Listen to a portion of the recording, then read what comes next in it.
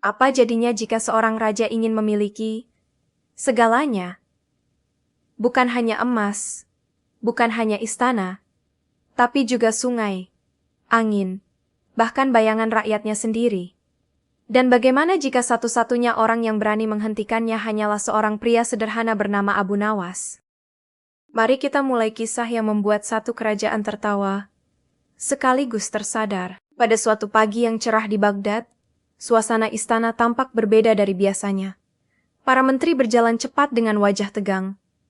Para penjaga berdiri lebih tegap dari biasanya. Bahkan burung merpati yang biasa bertengger santai di halaman istana pun seakan ikut merasa ada sesuatu yang tidak beres.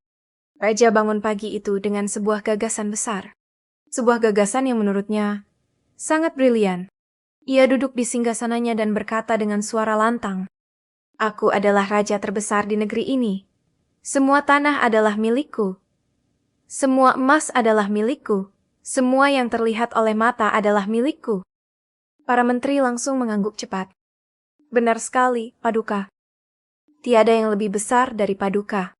Bahkan matahari pun bersinar untuk Paduka. Raja tersenyum lebar. Ia menyukai bagian terakhir itu. Namun tiba-tiba ia berdiri dan berkata, "Tapi itu belum cukup." Semua menteri langsung berhenti bernapas. "Aku ingin memiliki segalanya, bahkan hal-hal yang tak terlihat." "Tak terlihat, Paduka?" tanya seorang menteri dengan suara gemetar. "Ya, angin yang berhembus, bayangan rakyat, bahkan suara yang keluar dari mulut mereka. Semua harus menjadi milikku." Para menteri saling pandang. Dalam hati mereka berkata, Paduka sudah mulai aneh. Namun tak satu pun berani membantah. Keesokan harinya, pengumuman kerajaan disebarkan. Mulai hari itu, setiap rakyat wajib membayar pajak atas bayangan mereka. Pajak atas udara yang mereka hirup. Dan pajak atas suara yang mereka keluarkan. Kota menjadi gempar. Seorang pedagang berkata, "Bagaimana cara mengukur bayangan?" Seorang nelayan bertanya, "Kalau aku diam, apakah aku tetap bayar pajak suara?" Seorang anak kecil bahkan mencoba menginjak bayangannya sendiri sambil menangis. "Jangan pergi. Nanti ayah harus bayar mahal." Kegaduhan meluas. Dan seperti biasa, saat kerajaan mulai kehilangan akal sehatnya, satu nama mulai disebut-sebut. Di mana Abu Nawas?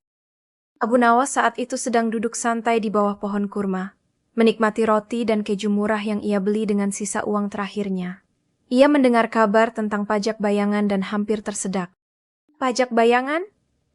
katanya sambil tertawa kecil. "Kalau begitu, orang gemuk pasti bayar lebih mahal."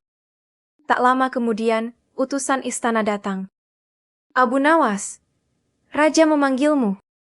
Ia menghela napas panjang. "Setiap kali aku dipanggil, biasanya ada dua kemungkinan. Raja ingin tertawa, atau ingin memenggal kepalaku." Di ruang singgasana, Raja memandang Abu Nawas dengan penuh percaya diri. "Abu Nawas, katakan padaku, apakah aku salah jika ingin memiliki segalanya?" Abu Nawas menunduk hormat. "Paduka tentu tidak pernah salah, hanya terkadang terlalu kreatif." Raja menyipitkan mata. "Apa maksudmu?" "Paduka ingin memiliki bayangan rakyat." "Benar." "Dan angin." "Benar." "Dan suara." "Benar." Abu Nawas mengangguk pelan. "Baiklah, jika Paduka ingin memiliki segalanya, izinkan hamba membantu." Seluruh istana menahan napas. Abu Nawas melanjutkan, "Tapi sebelum itu, hamba ingin tahu, apakah Paduka juga ingin memiliki mimpi rakyat?" Raja terdiam. "Mimpi?" "Ya Paduka, karena mimpi juga tidak terlihat." Raja berpikir sejenak. "Tentu saja, semua mimpi rakyat adalah milikku." Abu Nawas tersenyum tipis. "Kalau begitu, mulai malam ini, Paduka harus berjaga dan memastikan semua rakyat bermimpi sesuai izin Paduka." Raja mengerutkan kening. "Itu mustahil." "Benar, Paduka," jawab Abu Nawas lembut. "Sama mustahilnya dengan memiliki bayangan dan angin." Ruangan menjadi sunyi. Namun Raja belum menyerah. "Aku tetap bisa memungut pajak bayangan." Abu Nawas mengangguk cepat. Tentu saja bisa, Paduka. Tapi ada satu masalah kecil. Apa itu? Bayangan selalu mengikuti pemiliknya. Jika Paduka mengambil bayangan rakyat, maka Paduka juga harus mengikuti mereka kemanapun mereka pergi. Para menteri mulai menahan tawa. Paduka harus ikut ke pasar, ke ladang, bahkan ke kamar mandi. Kini beberapa pengawal benar-benar menunduk menahan senyum. Raja mulai terlihat tidak nyaman. Abu Nawas melanjutkan, dan tentang angin, jika Paduka memilikinya, maka Paduka harus menahannya agar tidak pergi ke negeri lain. Artinya, rakyat akan kepanasan. Seorang menteri berbisik, itu benar juga. Raja menatap tajam ke arah menteri itu. Menteri itu langsung pura-pura batuk. Abu Nawas belum selesai. Dan tentang suara, jika semua suara milik Paduka, maka mulai sekarang rakyat tak boleh berbicara tanpa izin. Tapi Paduka juga tak akan pernah mendengar pujian lagi, karena suara itu milik Paduka sendiri. Raja terdiam lama, sangat lama. Lalu tiba-tiba, ia tertawa. Tertawa keras. Abu Nawas, kau selalu menemukan cara membuatku terlihat bodoh tanpa benar-benar mengatakannya. Abu Nawas tersenyum lebar. Hamba tidak pernah berani mengatakan Paduka bodoh. Hamba hanya membantu Paduka melihat bayangan keputusan sendiri. Ruangan istana kini dipenuhi tawa lega. Raja berdiri dan mengumumkan.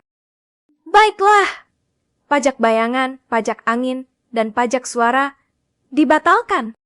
Rakyat bersorak. Anak kecil yang tadi mencoba menginjak bayangannya kini melompat gembira. Dan Abu Nawas kembali berjalan santai ke rumahnya, sambil bergumam. Syukurlah. Kalau tidak, mungkin besok Raja ingin memiliki waktu juga. Dan kita semua harus berhenti agar ia bisa menghitungnya. Begitulah Abu Nawas. Ia tidak pernah melawan Raja dengan pedang. Ia melawan dengan akal. Ia tidak mempermalukan, tetapi menyadarkan. Dan di balik tawa yang kita dengar, selalu ada pesan yang dalam. Keserakahan ingin memiliki segalanya, tetapi kebijaksanaan tahu bahwa tidak semua hal bisa dimiliki. Jika kamu ingin kisah Abu Nawas lainnya yang lebih lucu, lebih cerdas, dan lebih tak terduga, tulis di komentar kisah apa yang ingin kamu dengar berikutnya. Karena terkadang, pelajaran terbaik datang dari tawa yang paling sederhana.